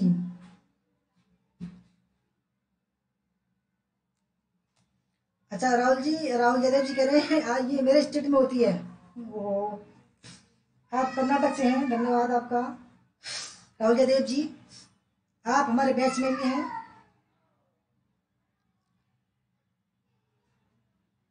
दोस्तों 84 का जो सही आंसर है वो ऑप्शन नंबर फर्स्ट, वर्ष दर वर्ष आने वाली बाढ़ों से मिट्टी की ऊपरी परत का कटाव। 85 भारत में तेल अधिकतर किस में पाया जाता है? पहला, एंटीक्लेन और फाल्ट टैप्स में, तलछटी चट्टानों में, आग्नेय चट्टानों में, उपयुक्त में से कोई नहीं। दोस्तों 1 घंटा और 10 मिनट हो गई है, यानी कि 70 मिनट में हमने 85 सवाल करा दिए। कोई दिक्कत तो नहीं किसी को? ठीक है दोस्तों। दोस्तों हमने जो है टीआरपी नहीं बढ़ानी है अपने चैनल की, क्योंकि कुछ जो लोग होते हैं दोस्तों टीआरपी बढ़ाते हैं, ठीक है, कि 8-9 सवाल लाते हैं और दोस्तों 1-1 घंटा वो ले जाते हैं आपका। ठीक है, हमारे पास में कोई सिस्टम नहीं है। मैं चाहता हूँ कि आपको दोस्तों ज़्यादा से ज़्यादा डाटा मिले और कम समय में दूँ। ठीक है, भारत में तेल अधिकतर किसमें पाया जाता है दोस्तों? सही आंसर है तलछटी चट्टानों में। 86 सीएनजी से अभिप्राय है। पहला संपीड़ित प्राकृतिक गैसोलीन, दूसरा संपीड़ित प्राकृतिक गैस, तीसरा संकुचित नाइट्रोजन गैस, चौथा है कैलिब्रेटेड प्राकृतिक गैस। दोस्तों आप इंग्लिश में पढ़ते हैं कंप्रेस्ड नेचुरल गैसोलीन, दूसरा है compressed natural gas, compressed nitrogen gas, चौथा है कैलिब्रेटेड नेचुरल गैस। समाज जी गुड इवनिंग, बहुत ही लेट आई है समा जी। अच्छा कोई पसंद नहीं है, ओके धन्यवाद। दोस्तों 86 का तो आप जानते होंगे, तो सीएनजी आप डलवाते होंगे जो आपके कार वगैरह होंगी। ठीक है, तो उसका जो फुल फॉर्म है वो है option number B, compressed natural gas. ठीक है, 86 का बी। 87 सूची फर्स्ट को सेकंड से मिलाना है। ठीक है, सूची फर्स्ट में अनुच्छेद 280, अनुच्छेद 324, अनुच्छेद 323, अनुच्छेद 315। संस्था प्रशासनिक न्यायाधिकरण, चुनाव आयोग, वित्त आयोग, संघ लोक सेवा आयोग। बहुत ही बढ़िया सवाल दोस्तों, कई बार एग्जाम में आ चुका है। और दोस्तों ये जो है सवाल है आईएएस में भी आ सकता है सवाल। ठीक है,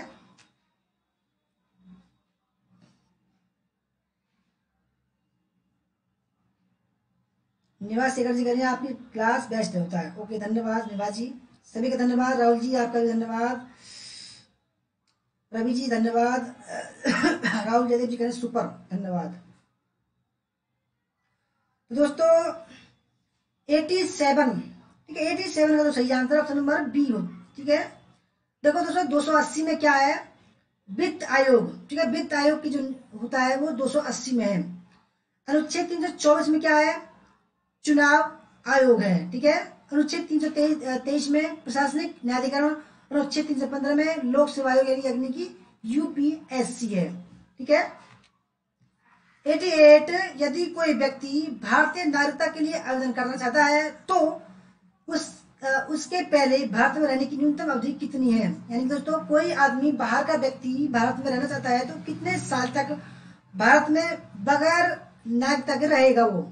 ठीक है, पहला 5 वर्ष, 3 वर्ष, 7 वर्ष या 10 वर्ष।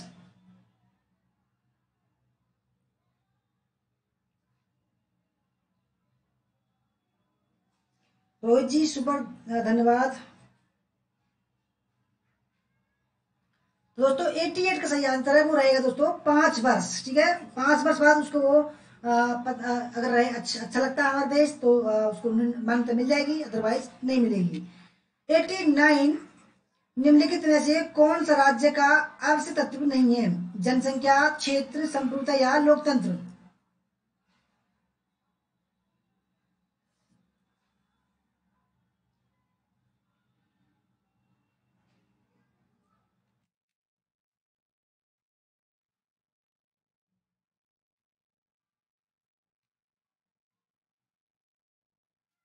निम्नलिखित में से कौन सा राज्य का आवश्यक तत्व नहीं है?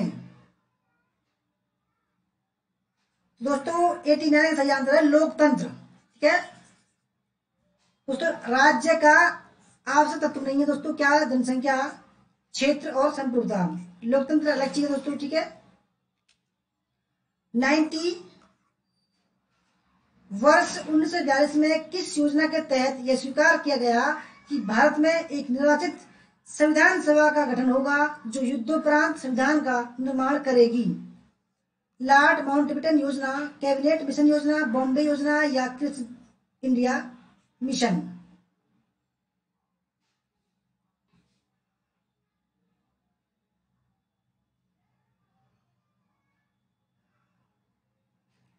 राहुल जयदेव जी कह रहे हैं सर अभी some change about citizenship. Okay,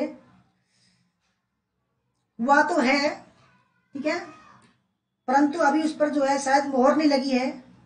ठीक है, अब सरकार ने नागरिकता का जो फैसला है उसको थोड़ा चेंज किया है। ठीक है दोस्तों, 90 में का तो सही आंसर, क्योंकि 1942 में जो योजना आई थी उस तो वो आई थी क्रिप्स मिशन योजना। ठीक है, आप जानते होंगे दोस्तों 1942 में क्रिप्स इंडिया मिशन योजना आई थी। 91, संविधान में प्रस्तावना दिए जाने से क्या प्रयोजन सिद्ध हो सकते हैं? पहला, संविधान कब कार्यान्वित हुआ की जानकारी। दूसरा, वांछनीय आदर्शों की जानकारी। सरकार की व्यवस्था की जानकारी। सत्ता के स्रोत की जानकारी।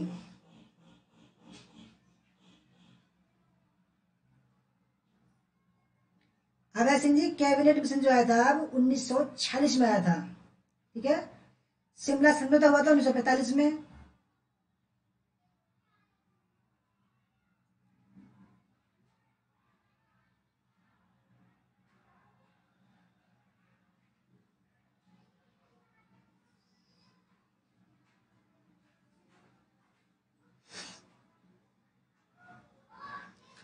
तो दोस्तों 91 का जो सही आंसर है, ठीक है दोस्तों, संविधान के प्रस्तावना में जो प्रयोजन सिद्ध हो सकते हैं, ठीक है, वो 91 का सही आंसर ऑप्शन नंबर डी, उपरोक्त सभी।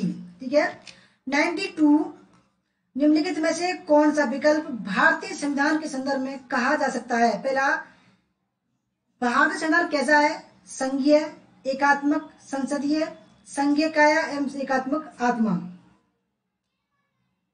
तो ये सवाल आ सकता है, बढ़िया सवाल है ये।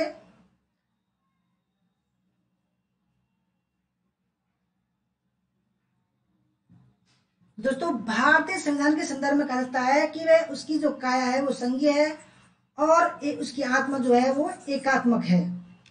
93, निम्नलिखित में से किस देशी रियासत के प्रतिनिधि ने संविधान सभा में भाग नहीं लिया था? जूनागढ़, हैदराबाद, मणिपुर, नाभा।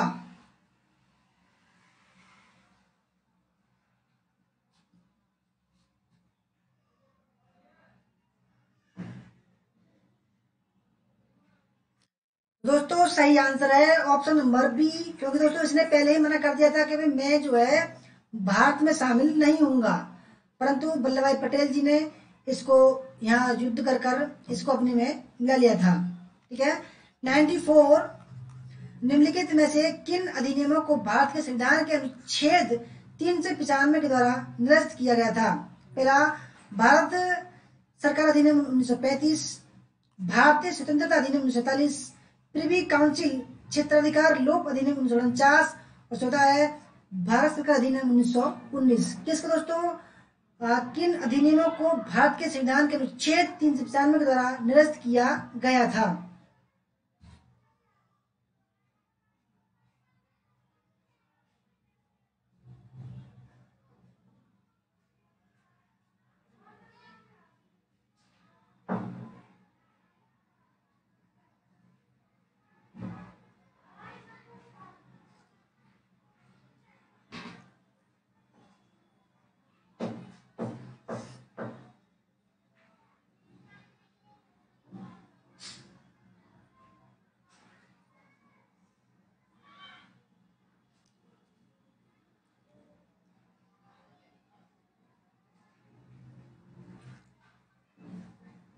तो बढ़िया सवाल है। ठीक है,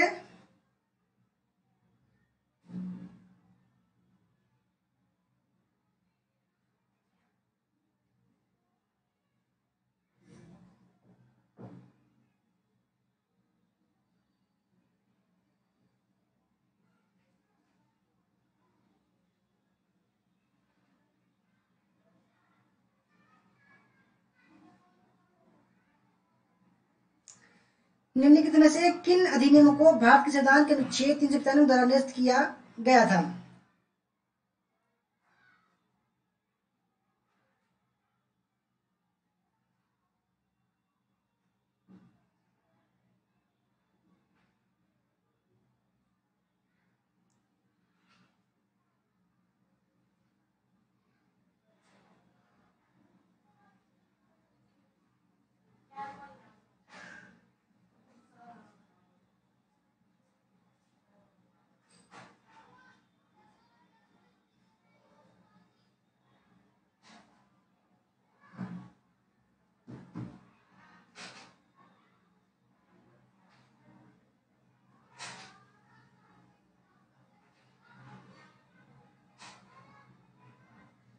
दोस्तों इसमें देखो थोड़ी सी टाइपिंग में थोड़ी मिस्टेक है, ठीक है, यानी कि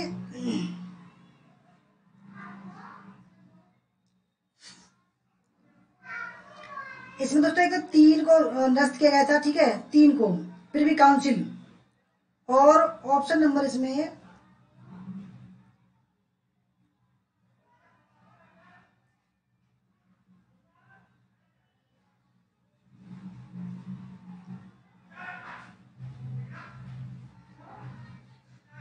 पहला भी ठीक है, दूसरा भी ठीक है, ठीक है दोस्तों, इन तीनों को यहाँ जो है रद्द किया गया था, 1 2 और 3, सी ठीक है इसका। 95 26 नवंबर 1949 को भारत के संविधान के निम्नलिखित में से कौन से प्रावधान लागू हुए? ठीक है दोस्तों, ध्यान से समझना इस बात को, क्योंकि दोस्तों जो संविधान था, ठीक है, उसको 26 नवंबर 1949 में अंगीकार किया गया था, लागू नहीं किया गया था। परंतु दोस्तों जो क्योंकि उस समय दंगे हो रहे थे, ठीक है, दंगे को खत्म करने के लिए नागरिकता की तो कुछ आर्टिकल जो अनुच्छेद तो उसको 26 नवंबर 1949 को लागू कर दिया गया था, और जो संपूर्ण जो संविधान था उसको 26 जनवरी 1950 को लागू किया गया था। तो कौन कौन से प्रावधान 26 नवंबर 1949 को लागू कर दिए गए थे? नागरिकता, निर्वाचन, अस्थायी संसद और मौलिक अधिकार, ठीक है।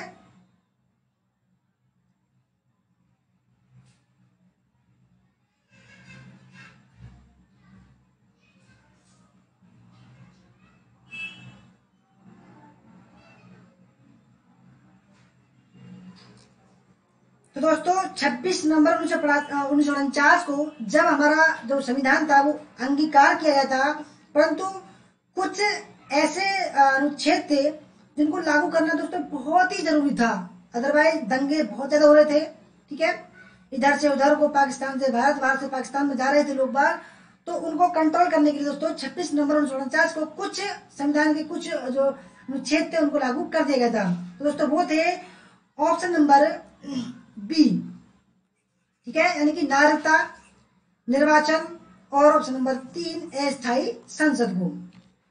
96 निम्नलिखित में से कौन से तथ्य संविधान की प्रस्तावना के संदर्भ में सही है? पहला, यह किसी भी न्यायालय में परिवर्तनीय नहीं है।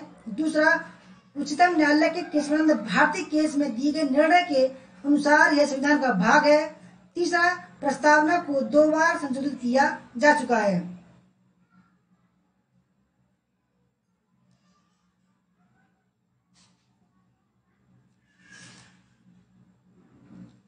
अच्छा, हनी सिंह जी बोल रहे हैं, सर जी कल पॉलिटिक्स की एक वीडियो बना दीजिए, 2 से 3 सवाल आएगा।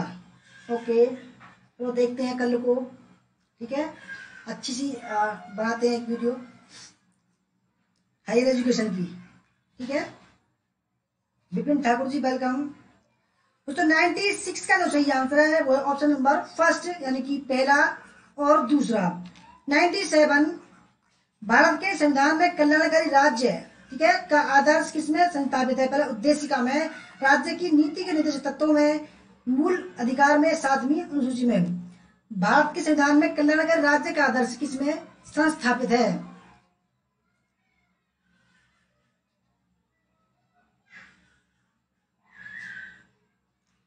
तो दोस्तों सही आंसर 97 का ऑप्शन नंबर फर्स्ट, उद्देशिका में, ठीक है। 98 निम्नलिखित में से कौन से कथन भारतीय संविधान में अल्पसंख्यकों के बारे में सही है? पहला, अनुच्छेद 30 के अनुसार देश में अल्पसंख्यकों की 2 श्रेणियां हैं, धार्मिक और भाषाई। दूसरा, अनुच्छेद 350 भाषाई अल्पसंख्यकों से संबंधित है। तीसरा, राष्ट्रीय अल्पसंख्यक आयोग अधिनियम ने अभी तक 6 समुदायों की धार्मिक अल्पसंख्यकों के रूप में घोषणा की है। दोस्तों प्रीवियस में भी जो अल्पसंख्यक वर्ग थे, ठीक है, उनको शिक्षा के बारे में जो बताया कुछ एक आया था धार्मिक शिक्षा, तो वो किस अनुच्छेद में था ये बताया गया था, पूछा गया था, ठीक है। दोस्तों सही आंसर है ऑप्शन नंबर डी, यानी कि तीनों ही ऑप्शन बिल्कुल ठीक है, ठीक है। 99 संविधान के किस अनुच्छेद के अंतर्गत यह कहा गया है कि हर राज्य सरकार यह सुनिश्चित करने का प्रयास करेगी कि प्राथमिक स्तर पर शिक्षा अनुदेशन का माध्यम मातृभाषा हो। अनुच्छेद 349, अनुच्छेद 350, अनुच्छेद 350A या अनुच्छेद 351।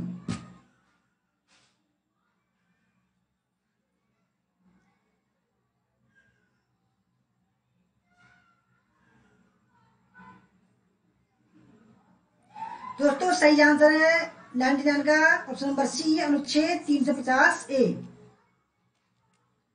और हमारा 100वां सवाल है, शिक्षा के क्षेत्र में एक स्वतंत्र आयोग के अध्यक्ष के रूप में यूनेस्को को प्रस्तुत की गई जैकस डिलोस की रिपोर्ट का शीर्षक था।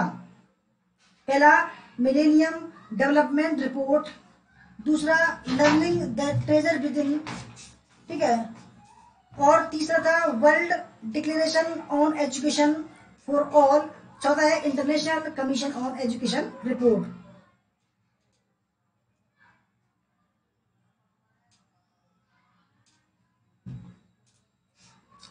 दोस्तों ये थी हमारे आज की वीडियो। आपको कैसी लगी? अच्छी लगी तो लाइक करना, शेयर करना, कमेंट करना, ठीक है दोस्तों। फीडबैक आप जरूर देना, ठीक है। और दोस्तों मैं बता रहा हूँ आपको 5 मिनट बाद वीडियो जो खत्म हो जाएगी उसके 5 मिनट बाद में आप फीडबैक देना, ताकि जो कमेंट हम पढ़ सकें, क्योंकि अब लाइव चैट में कुछ लोग कमेंट चले जाते हैं, हमको नहीं मिलते हैं, ठीक है। एक बार दोस्तों और ऑन करना है वीडियो को और फीडबैक वहां देना, ठीक है। वीडियो खत्म होने के दोस्तों 5 मिनट बाद आप वीडियो को दोबारा ऑन करना और वहां पर दोस्तों फीडबैक देना कि आपको क्या प्रतिक्रिया है, ठीक है। वीडियो खत्म होने के 5 मिनट बाद जब लाइव बंद हो जाएगी, जस्ट 5 मिनट बाद दोस्तों फीडबैक देना, वहां पर पता चलता है कि आपका फीडबैक कैसा है। दोस्तों 100 में सवाल सही आंसर है option number B, learning the treasure within. दोस्तों फीडबैक आपको 5 मिनट बाद देना है, ठीक है। लाइव नहीं होगी तब जो है आपका जो फीडबैक रहेगा वो हमारे वीडियो में रहेगा। अदरवाइज लाइव चैट का जो फीडबैक होता है दोस्तों हमें नहीं मिलता है। अगर आपको दोस्तों नोट्स लेने हो या आपको हमारी जोन सदस्य लेनी हो, जिससे कि हम दोस्तों आपको पीडीएफ भी देंगे, ठीक है, तो नंबर है 8755475312, ये नंबर है हमारा। दोस्तों आपको जो है 5 मिनट बाद दोबारा वीडियो को ऑन करना और वहां पर फीडबैक देना जरूर, ठीक है, जिससे कि दोस्तों दूसरों को भी पता चलेगा भाई कि ये वीडियो कैसी थी, ठीक है। दोस्तों मैं जो बोल रहा हूँ जरूर देना 5 मिनट बाद, ठीक है। जब उसके 5 मिनट बाद दोस्तों दोबारा वीडियो को ऑन करना, तब आप अपना फीडबैक देना, ताकि दूसरों को पता चले भाई वीडियो कैसी थी, ठीक है। हिस्ट्रीज्ञान जी कह रहे हैं 20-25 गलत हुए हैं होंगे, ओके गुड।